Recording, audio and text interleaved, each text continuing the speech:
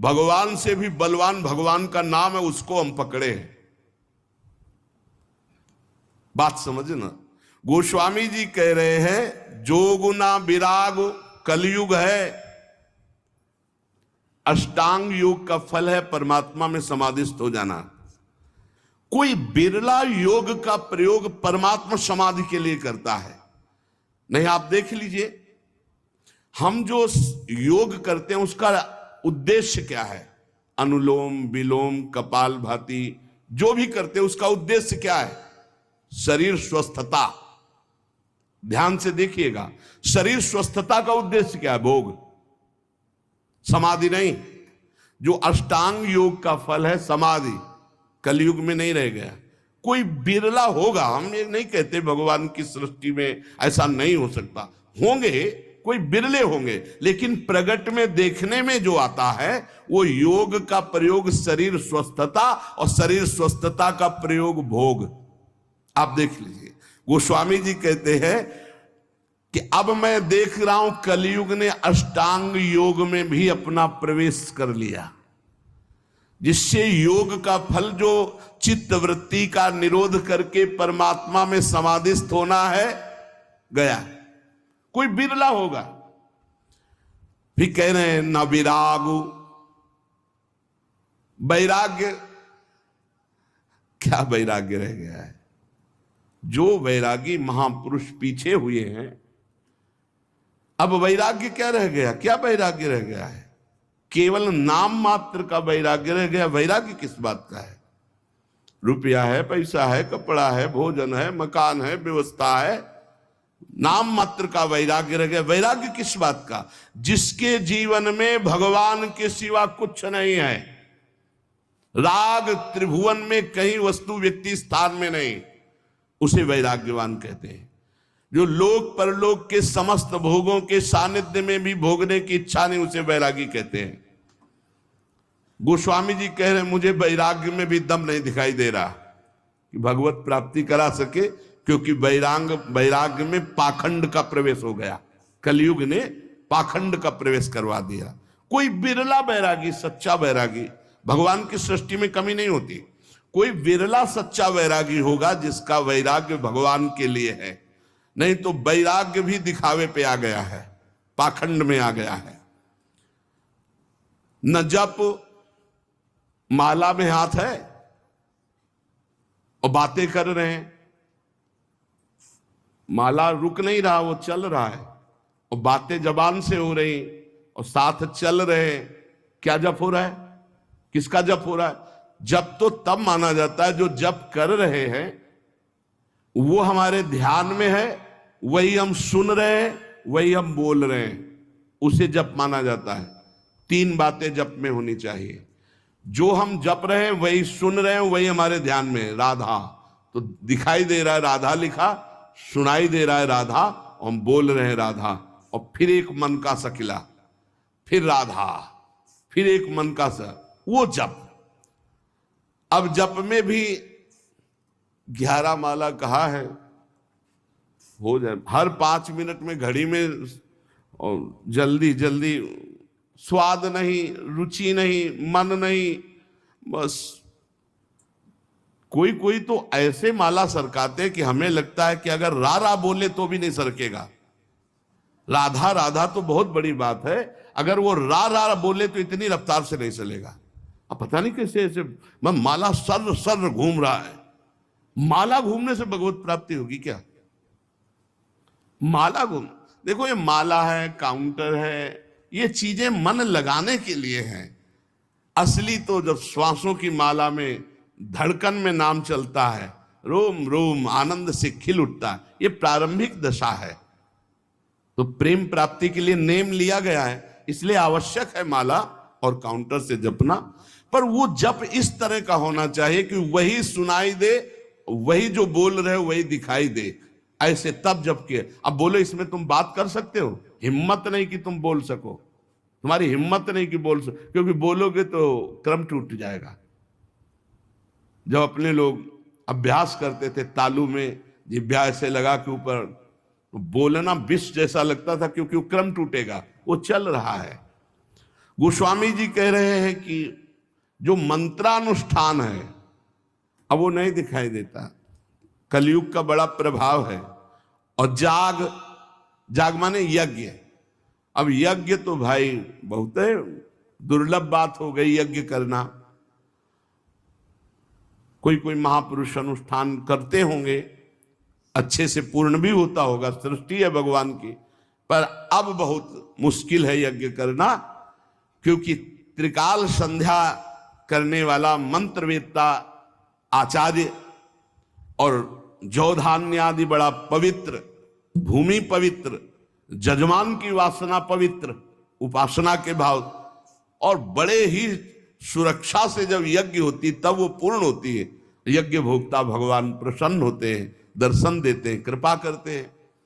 गोस्वामी जी कह रहे हैं यज्ञ भी बड़ा कठिन, यज्ञानुष्ठान त्रेता में पूर्ण होते थे। अब कह रहे हैं कि तपस्या, इसमें भी दंभ घुस गया, तप में दंभ घुस गया। बाहर से दिखावा की भावना आना ही दंभ कहा जाता है। तप होता है भगवान की प्रसन्नता के लिए। बहुत से महात्मा एक लंगोटी लगाए पूरा जीवन ऐसे कष्ट सहते हुए भगवान को रिझा लिए, आज भी हैं, पर प्रायः तपस्या में दंभ घुस गया है, दिखावा घुस गया है, उससे तपस्या का फल। और भगवान तपस्या समर्पित करके दैन्य होने से भले मिल जाए, नहीं तपस्या से भगवान को नहीं खरीदा जा सकता।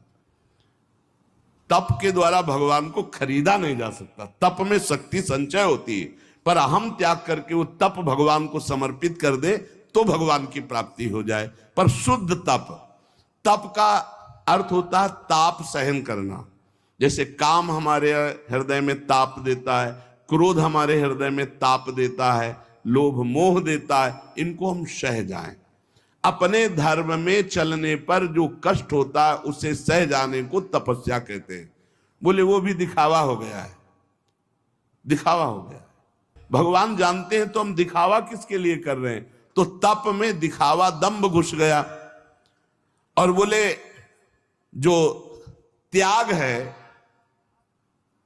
जोग न विराग जप जाग तप त्याग,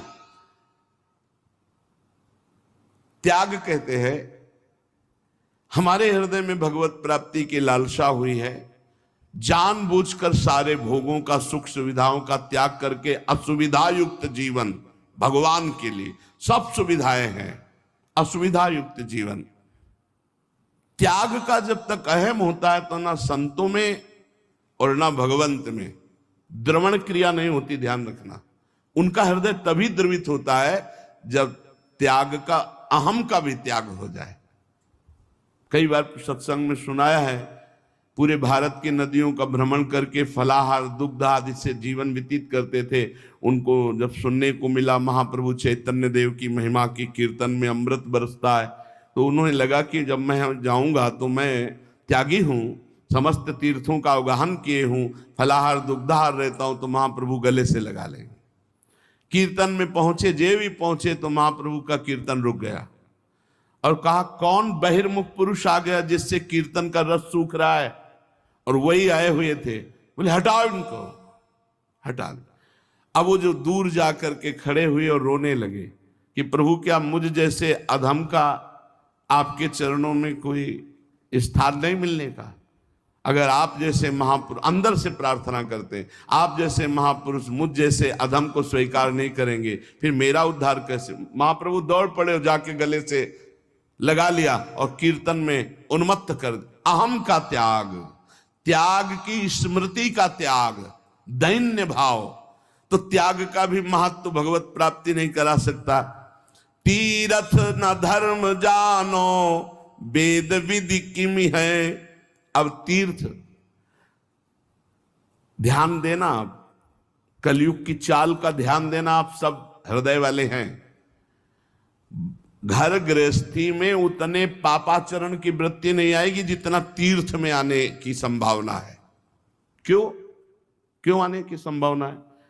कलयुग की कुचाल है कि यहां का पाप वज्र की तरह होगा, तुम्हारी दुर्गति होगी। ब्रह्मा जी के 4 ये युग पुत्र हैं, सतयुग, त्रेता, द्वापर, कलयुग। सतयुग से कहा मैंने सृष्टि की रचना में नरक की रचना की है, उसका भी ध्यान रखना, कुछ लोग उधर भी जाना चाहिए। बोले प्रभु हमारे राज्य में कोई नरक जाए असंभव, आपकी इस आज्ञा का पालन नहीं हो पाएगा। सतयुग ने कहा। त्रेता से तो त्रेता ने कहा बड़े भैया का अनुसरण करेंगे। द्वापर से कहा तो द्वापर ने कहा हम आज्ञा पालन करने की सम्यक चेष्टा करेंगे, आपकी आज्ञा का पालन हो कि कुछ लोग जो अधर्माचरण करेंगे वो नरक भेजे जाएं। सतयुग में अधर्माचरण, त्रेता में। कलयुग से कहा तो उनका बड़े भैया ने जैसे साफ जवाब दे दिया आपको कि हमारे राज्य में भूल चूक से कोई चला जाए नहीं, नरक नहीं जाएगा। तो वही हम उत्तर देते कि हमारे राज्य में भूल चूक से कोई स्वर्ग या परम पद चला जाने, सबको नरक भेजेंगे सीधे। कलयुग सीधे आओ फुल नरक, चिंता मत करो महाराज, आज्ञा का पालन हम करेंगे। हर जगह तीर्थयाटन में व्यसन, व्यभिचार, छल, कपट, चोरी ये निषेध है, पर लोग तीर्थयाटन में जाकर के ऐसे अपराध ज्यादा कर देते हैं। नशा करना, व्यभिचार करना, चोरी करना, क्रोध करके लड़ाई कर लेना, किसी तीर्थवासी को पीट देना, अपमान कर देना, ऐसे बहुत तरह से। वेद विधि किम है। अब वेद विधान तो वो समझे जो शास्त्र स्वाध्याय करे, जो खूब महापुरुषों का संग करे, वो जान पाता है क्या करना चाहिए क्या नहीं करना चाहिए। तस्मात् शास्त्रम प्रमाणम ते कार्यो व्यवस्थित हो। अब यहां फुर्सत नहीं है मोबाइल से, टेलीविजन से, पेपर से, संसार की बातों से। तो कौन पढ़े योग वासिष्ठ, कौन पढ़े भगवत गीता की टीका, कौन पढ़े श्रीमद् भागवत महापुराण, कौन पढ़े वेद के सिद्धांत। तो कैसे पता चलेगा जीव का कर्तव्य क्या है, क्या करना चाहिए क्या नहीं करना चाहिए। ऐसा नहीं वैदिक सिद्धांत को जानने वाले नहीं हैं, पर बिरले कोई। तो भगवत प्राप्ति इसमें भी बड़ी कठिन। गोस्वामी जी कहे तुलसी सो पोचना भयो है, नहीं हुए है कहूं। अब मैं तुमसे अपनी बात कह रहा हूं कि मेरे जैसा पामर कोई ना हुआ है ना है। पहले तो बताया इन सब से अब भगवत प्राप्ति नहीं होने वाली, ध्यान दे लो। बहुत बढ़िया सिद्धांत, ये सब शास्त्रों का सिद्धांत, हृदय सम्मत सिद्धांत को स्वामी जी कह रहे। जोग ना विराग जप जाग तप त्याग व्रत तीरथ ना धर्म जानो, वेद विधि किम है। अब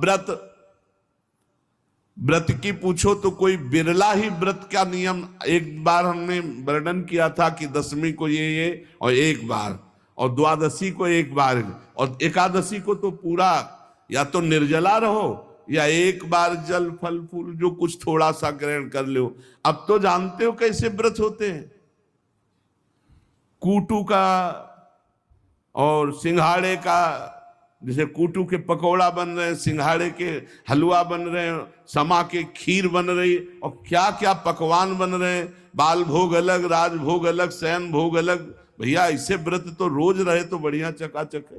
नहीं, व्रत का मतलब है उपवास तो उपवास, पूरे दिन कुछ नहीं, शाम के समय जल फल कुछ ले लिया नहीं, पार पूरा उपवास करके निर्जला। एक कोई भी व्रत रहो तो ऐसे थोड़ी है कि पुआ पकौड़ी और सब इधर उधर के जोड़ बटोर करके कि वही खाना पे, अरे मर जाओगे क्या एक दिन के लिए। व्रत रहो तो शाम से हर व्रत में मंगल विधान होता है। जो हम जलते हैं, जो भूख से व्याकुल होते हैं, उससे हमारे पाप नष्ट होते हैं। अब ऐसा व्रत नहीं रह गया, डकार आ जाए और ये दिन चाहे ना आवे, व्रत के दिन जरूर डकार आवे। इतना बड़ा तरबूज फल भी तो डकार आ जाए पक्का। व्रत किस बात का, दबा दबा के फल फूल और सब मिष्ठान और सब पा रहे हैं। अब बोले व्रत है तो भाई ऐसे व्रतों से भगवत प्राप्ति नहीं होती। व्रत रहा गया है, शास्त्रों में वर्णन है, आप देखो पयोव्रत का वर्णन है, चंद्रायण व्रत का, कृच्छ व्रत का, बड़े बड़े व्रत का। अब कौन सा व्रत रह गया है? अब रसेंद्री का व्रत रह गया है। एक पत्ता मुख में रख लेती हैं माता जी, अपर्णा नाम पड़ गए, तब भगवान शिवपति रूप में प्राप्त, तब भगवान की प्राप्ति। व्रत तो तुलसीदास जी कह रहे हम तुम्हें बता दें, हम सब तरह से पामर हैं। हे देखो महापुरुषों का हृदय, तुलसी सो पोचना भयो है, नहीं हुए है कहूं, मेरे जैसा पामर न कोई है और न कोई होगा। सोचे सबया के अग कैसे प्रभु क्षमी है, मेरे तो न डरू, मुझे कोई डर नहीं है भाई। क्यों? तुमने क्या पा लिया कि तुम्हें डर नहीं? बोले रघुवीर सुनो साची कहो, औरों से नहीं, सीधे भगवान से कह रहे, खल अन खई है तुम्हें सज्जन ना गमई है। इसी तरीके की वीडियो को देखने के लिए मेरे चैनल को लाइक एंड सब्सक्राइब करें। राधे राधे।